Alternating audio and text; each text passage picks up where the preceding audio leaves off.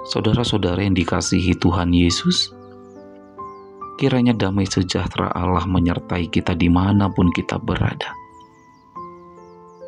Hari ini kita akan kembali menerima firman Tuhan untuk kita renungkan bersama. Maka oleh karena itu marilah terlebih dahulu kita memohon tuntunan Roh Kudus. Kita berdoa.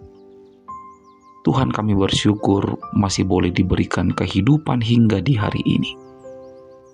Dan di saat ini kami akan kembali merenungkan firman-Mu. Maka dengan segala kerendahan hati, kami memohon kiranya tuntunan Roh Kudus senantiasa menuntun setiap hati kami. Di dalam nama Yesus Kristus. Amin. Firman Tuhan yang akan kita renungkan di hari ini tertulis di dalam Efesus 2 ayat 22. Di dalam Dia kamu juga turut dibangunkan menjadi tempat kediaman Allah di dalam Roh. Amin. Demikianlah sabda firman Tuhan. Berbahagialah orang yang mendengar dan melakukan firman Tuhan. Saudara-saudara, mari kita perhatikan apa yang dikatakan firman Tuhan di hari ini. Di dalam Dia, kamu turut dibangunkan menjadi tempat kediaman Allah. Artinya saudara-saudara, ketika kita hidup di dalam Dia atau di dalam kehendak Tuhan, maka disitulah Allah bekerja membangun hidup kita menjadi tempat kediaman Allah atau menjadi bait Allah yang kudus.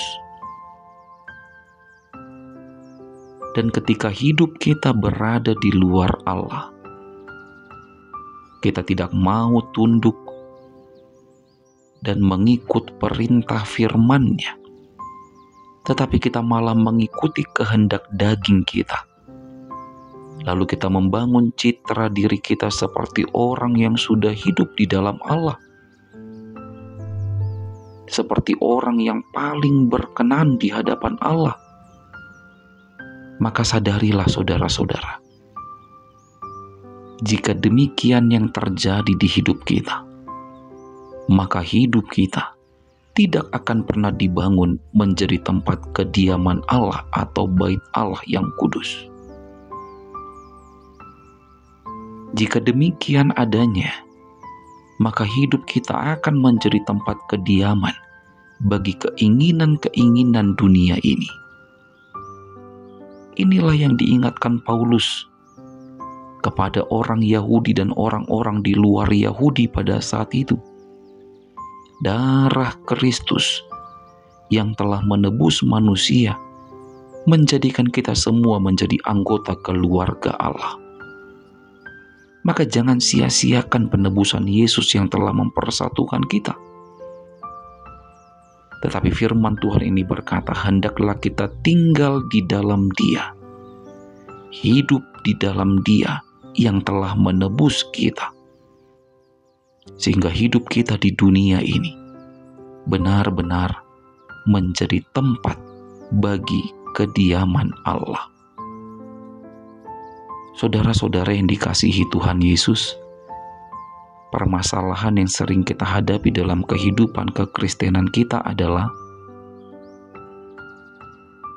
kita tidak mau diam di dalam Dia. Keinginan-keinginan daging kita sering sekali memberontak, mengajak kita untuk keluar dari kehendak Allah. Bahkan yang lebih parahnya lagi, sebenarnya kita sudah tidak tinggal di dalam Tuhan, tetapi perilaku dan perkataan kita seakan-akan seperti orang yang masih tinggal di dalam Tuhan. Hati-hati saudara, hanya ketika hidup kita tetap ada di dalam Tuhan, maka disitulah Tuhan akan membangun hidup kita menjadi bait Allah yang kudus, serta menjadi tempat kediaman bagi Allah. Tapi jika hidup kita sudah tidak lagi di dalam Tuhan, mari segeralah untuk menyadari itu. Jangan arahkan orang untuk bertobat, saudara-saudara. Tapi yang pertama, biarlah diri kita sendiri yang harus terlebih dahulu mengalami pertobatan. Mari terlebih dahulu pastikan bahwa hidup kita sudah benar-benar tinggal di dalam Tuhan. Dan mari terlebih dahulu pastikan bahwa kita yang memohon kepada Tuhan supaya kiranya Tuhan berkenan menjadikan hidup kita menjadi tempat bagi kediaman Allah. Tidak perlu memikirkan hidup orang lain apakah sudah tinggal di dalam Tuhan atau belum. Tetapi terlebih dahulu, mari pastikan bahwa hidup kita sudah tinggal di dalam Dia dan telah dibangun menjadi bait Allah yang kudus dan yang hidup dimanapun kita berada. Amin. Selamat beraktivitas. Tetap semangat menjalani hidup dan jangan lupa untuk selalu bahagia. Kita berdoa. Terima kasih Tuhan atas berkat dan firman-Mu yang selalu menyertai kehidupan kami. Di saat ini kami kembali berdoa Tuhan, menyerahkan segala kehidupan kami, keluarga kami, anak-anak kami, saudara-saudara kami dimanapun berada, hanya ke dalam tangan-Mu yang kudus. Berkat-Mu kiranya memenuhi kehidupan kami, dan firman-Mu menjadi penuntun di dalam perjalanan kehidupan kami di sepanjang hari ini.